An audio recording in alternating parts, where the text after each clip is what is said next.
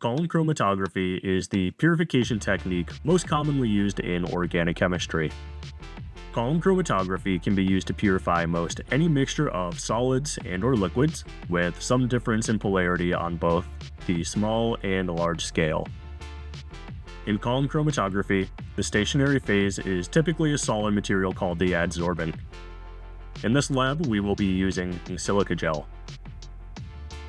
The mobile phase is called the elution solvent, or mobile phase.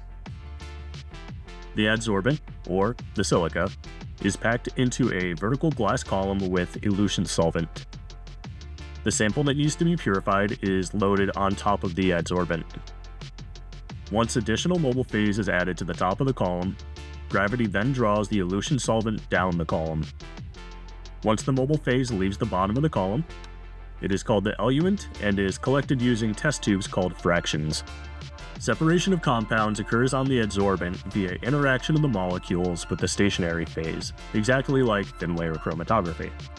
The relative polarity of the molecules dictates which compounds will exit the column first and which will be retained on the column longer and elute later. In this experiment, we will be separating para-nitrated thymol from the orthonitrated product, remaining starting material, and any byproducts formed in the reaction. You can read more about the science behind column chromatography in the lab guide and in the background information posted online. Here's the glassware and equipment that you will need to run the column. 10 test tubes and a test tube rack, a variety of beakers, a variety of Erlenmeyer flasks, a glass powder funnel, a 100 ml graduated cylinder, a 10 ml graduated cylinder, not shown here, a TLC chamber with spotting capillaries and thymol standard, and a glass column for chromatography. You may have one of two different sized columns in your drawer. If you have the smaller size, obtain about 50 ml of hexanes. If you have the larger size, obtain approximately 70 ml of hexanes from the yellow solvent cabinet. Secure the column to the scaffolding using a large clamp, and make sure that your stopcock is closed in the horizontal position, and place the glass powder funnel in the top of the column. This is to ensure that silica doesn't just spill everywhere. Fill the column about halfway with dry silica. Remove the glass powder funnel, unclamp the column, and pour the silica into a beaker.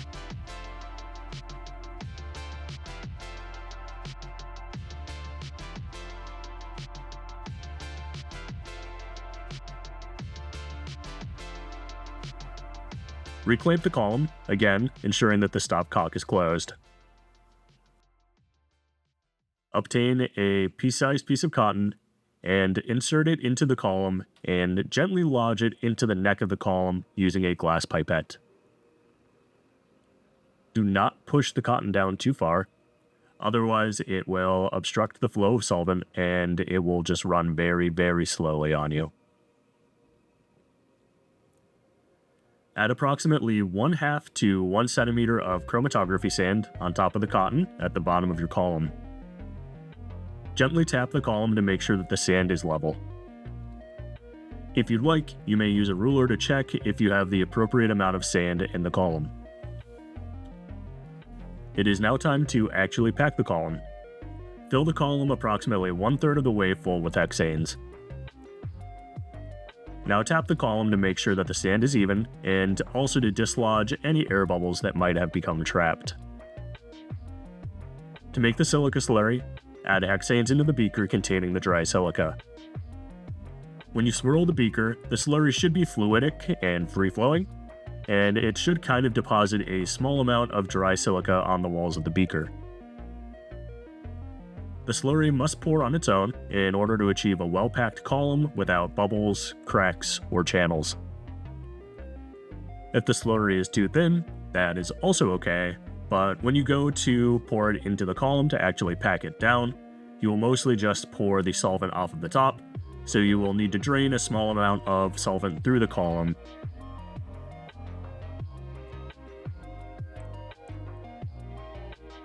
To pack the column, open the stopcock and swirl the beaker containing your silica slurry to try and make it a homogeneous suspension. In one fluid motion, pour as much of the slurry as you can in your column in a single attempt. You can also see that here, instead of opening the stopcock prior to pouring the silica, I did it as I was pouring the silica slurry into the column. Anyway, as the solvent drains through the column, the silica will pack itself down. If necessary, add additional hexanes to the silica slurry containing beaker to help transfer everything into the column. As the solvent is draining, the silica will continue to pack itself into the column. This will help to ensure that the stationary phase is homogeneously packed to avoid channels, cracks, and air bubbles. Monitor the volume of the solvent at the top of the column above the silica. To wash down any residual silica sticking to your funnel or the inside of the column, swap out the beaker under the column to recycle the mobile phase. Pour it into the top of the column gently. Remember, you want to try to avoid letting the solvent run below the top of the silica. If it does, it may begin to dry out and result in some cracking. Gently tap the column to dislodge any air bubbles and ensure that the surface of the silica is flat and even. Continue to allow the solvent to drain through the column. You'll want to close the stopcock just as the solvent reaches the top of the stationary phase. Here's a closer view so that you can see where to close the stopcock as the solvent drains. Tap the sides of the column to even out the surface of the stationary phase. Drain the solvent again, and repeat this process several times until no more solvent surfaces after tapping the column.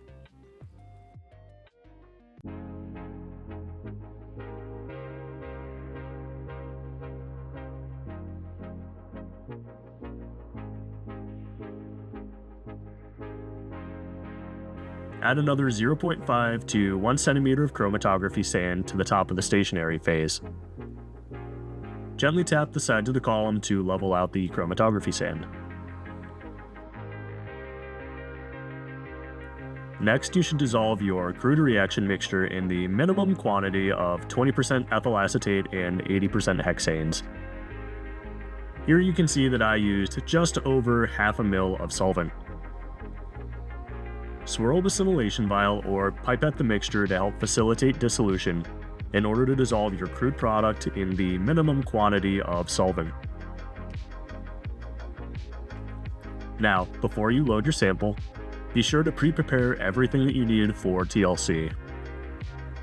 Prepare a TLC chamber, again 20% ethyl acetate and 80% hexanes, another thymol standard if you disposed of your previous one from the reaction, and 4 half-length TLC plates with 6 lanes each.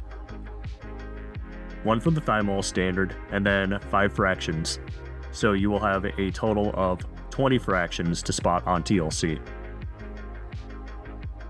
Obtain 100 ml of 5% ethyl acetate and 95% hexanes, pre-made for you in the distribution hood.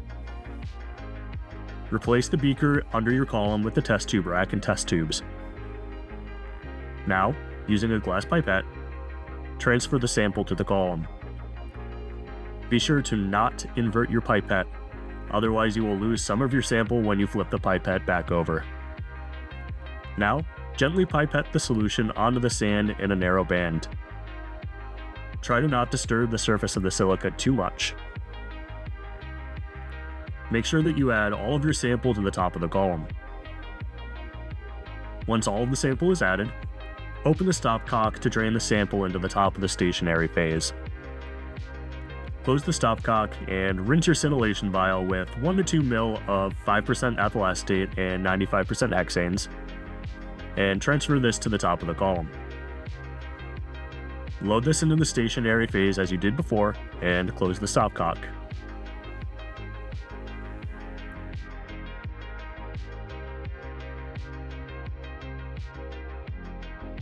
Now at this point, we are ready to begin collecting fractions.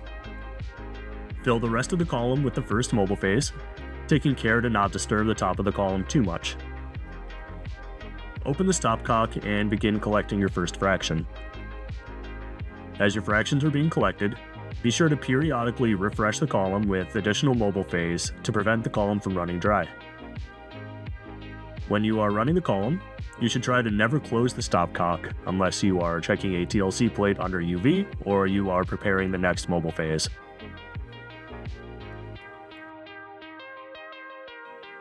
Now, multitasking is key here, but there are essentially three major things that you will kind of alternately be doing. After collecting a full fraction, you will slide the rec to the next test tube. After that, monitor and refresh the mobile phase if needed. Finally, spot the fraction that just finished filling on the appropriate lane on the TLC plate. As the column runs, you'll see a gradient as the different colored products and byproducts begin to separate, desorb, and elute.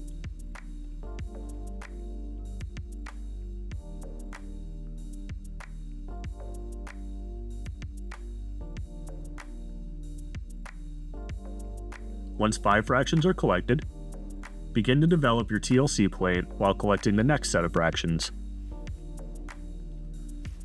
Fractions 6 through 10 will be collected using the same mobile phase as the first 5 fractions.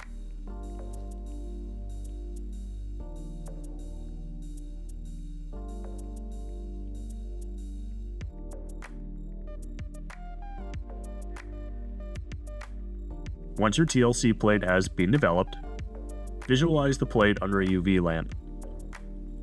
This will tell you which compounds have eluted in the fractions represented on the plate. In the case of my first 5 fractions, nothing eluted from the column. However, if you had anything elute, combine like fractions in labeled flasks. In our case, we will only be isolating the para-nitrated product, the most polar and the last 2 elute from the column. However, I would still separate everything into labeled flasks until you are totally done with the experiment, simply so that you will not get into the habit of throwing things away and discard your desired product before you have isolated it and prepared samples of it. After the first 10 fractions, wash out your test tubes several times with acetone so that they can be reused for the second set of 10 fractions. Repeat the process for fractions 6 through 10 and to infinity and beyond. Fractions 11 through 15 should be collected using 10% ethyl acetate and 90% hexanes, and fractions 16 through 20 should be collected using 30% ethyl acetate and 70% hexanes, just to try and get everything to finish desorbing from the column. The desired product may elute anywhere between fractions 10 and 20, depending upon your particular column setup. In the case of this column, the product eluted in fractions 16 through 20. Combine the fractions containing the para-nitrated product in a pre-weighed Erlenmeyer flask. If your product elutes in more than 5 fractions, simply combine the 5 most concentrated fractions to help speed up the evaporation process. After your product has finished eluting, even if you haven't run 20 fractions, you have completed running the column, so good job!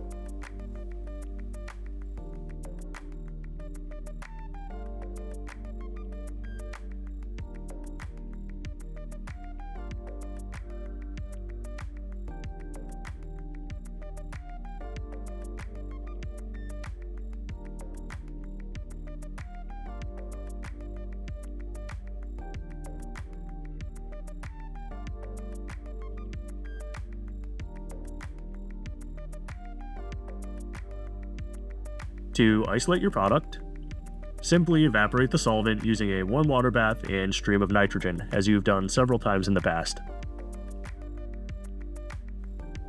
When done, make sure you dispose of the used silica and any mistake TLC plates in the proper silica waste in the waste collection hood. Wash out the 10 test tube fractions and store them in your drawer, as you will use them again in an upcoming experiment. Make sure that you obtain the weight of your product for % yield calculations and prepare NMR and IR samples of your para-nitrated thymol. you're now ready to run your own column in the lab. So don't be nervous, and remember, you got this.